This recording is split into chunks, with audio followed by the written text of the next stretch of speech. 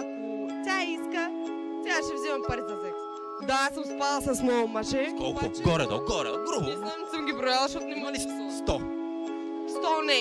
50 може и да има.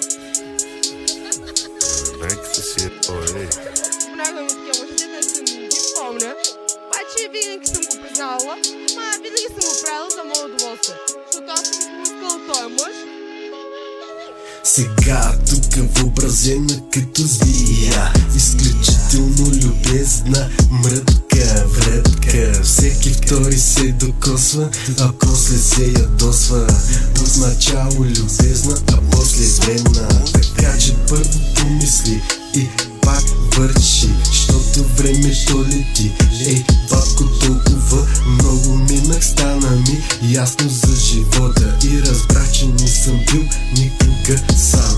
И ако не е правилният човек, той ти сваля левела. Сещаш се или не, той е на тебе. Девичини, раздумки и хитрини, измами, сладкости, радост, тръпка, любовна и медийна врътка. Ласка всяка жена е зло, но два път е добро.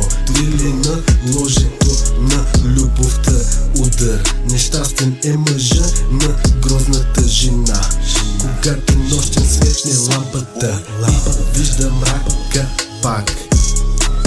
Повярвай ми, батко, всички мъже са нещастни. Този, който има грозна съпруга, се отвращава от вида и сърцето му се запълва с ненавист към нея.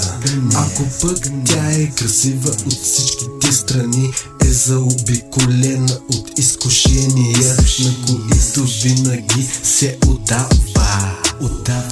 За три неща съм благодарен на съдбата: че съм елен, а не варварин, че съм човек, а не животно, че съм мъж, а не жена.